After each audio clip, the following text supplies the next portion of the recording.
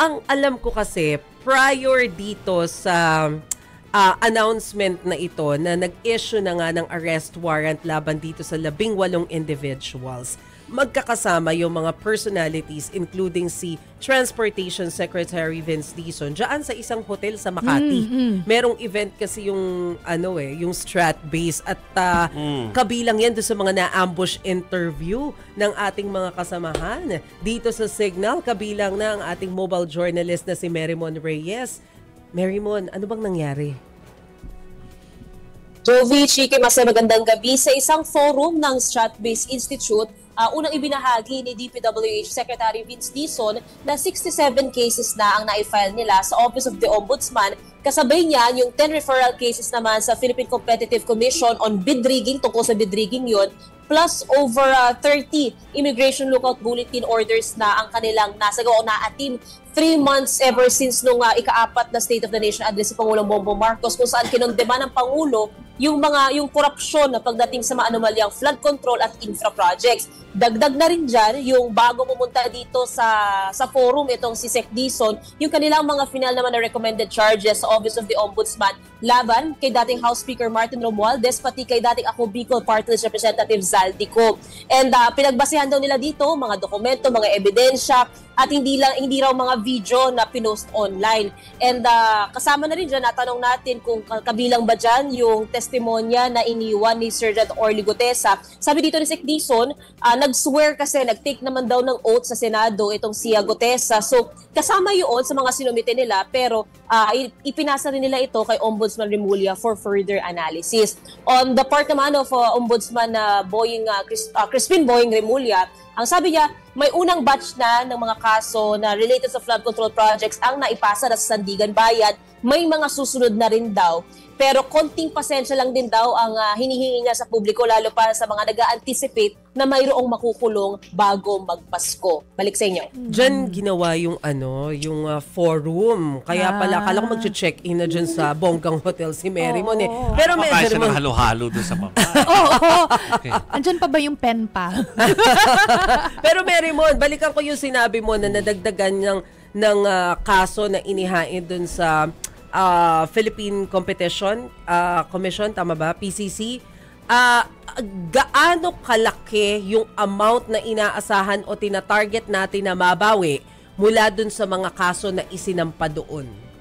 O per case na nasabi ni Sec Dizon, billion-billion, kung hindi ako nagkakamali, more or less 2 billion pesos yung maaaring makuha per case. So ganun kalaki yung maaaring mabawi, lalong-lalo na dito sa mga bid rigging na cases. And kasabay rin yan na share din kanina ni Sec Dizon na yung bukod sa mabilis na proseso raw ngayon o yung pagrolyo ng mga kaso, kasi kinumpara niya to sa ilang mga corruption cases kung saan inaabot daw ng taon bago raw meron makulong. Ngayon, within months, meron ng mga romolyo agad na kaso. Isa pang, yung pinakamalaking reforma na ginawa rin nila sa DPWH is yung pag-cut up to 50% doon sa costing ng mga materyales. And with that, for the 2026 national budget, 60 billion pesos ang matitipid ng bansa. And naibahagi niya pa nga kanina kasama ng ibang mga ambassador na nandoon sa forum, tuloy-tuloy pa rin yung pagpapabid doon naman sa mga confiscated na sasakyan ng mag-asawang Diskaya. Kung saan, kung yung makukuha nga doon, maaari pang mapaikot and asahan pa na mas lilinisin pa raw talaga nila. Very promising si Sec Dizon kanina, even si Ombudsman Remulla, sa mas mapagkakatiwalaan daw na DPWH na ahensya on the side of Ombudsman Remulla, yung maaasahan naman daw na justice system. Kasi pinapanawagan niya rin sa Supreme Court and sa lower courts yung tulong ng mga ito sa pag-rolyo daw ng mga kaso nang hindi magkakaroon ng delays, yung mga unnecessary na mga reset, para raw kahit lumipas yung mga taon, walang magkakaroon ng pagbabaliktad sa mga mag-i-exist na kaso.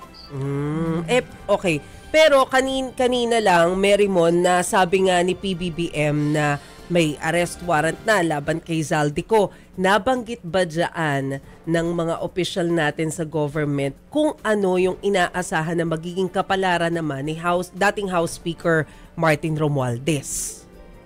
Actually, na-bring up yan kanina. For Sec Dizon, yung parang recommended charges umiikot for Congressman Zaldico, direct bribery, graft, corruption. Pero for House Speaker Martin Romualdez, as also mentioned by Ombudsman Remulla, inaaral pa raw nila, lalong-lalo na yung plunder na medyo mahirap ipataw na kaso o magkaroon ng conviction dito. Pero ang sinasabi ni Ombudsman Remulla, for the case of Speaker Romualdez, anything daw is possible. Pero for the rest, so far yun yung nakikita natin recommended charges. Pero aantabayan na natin kasi sabi ni Ombudsman Remulla, tuloy-tuloy pa rin naman daw yung pag-rolyo ng mga kasong aasahan natin sa mga susunod na linggo. Okay. Okay. Sige, maraming salamat sa iyo, Mary Mon Reyes. Thank Live you, Mary mula dyan Mon. sa Makati. Sana may mga ibabalik pa sa atin, no? Kasi syempre, ang dami nating makukuha mga pera dyan, yung mga ibabalik sa National Treasury. Natuwa na tayo dun sa mga ilang milyones, pero magkano ninakaw ng mga yan? Maliit lang yun, yung mga binalik.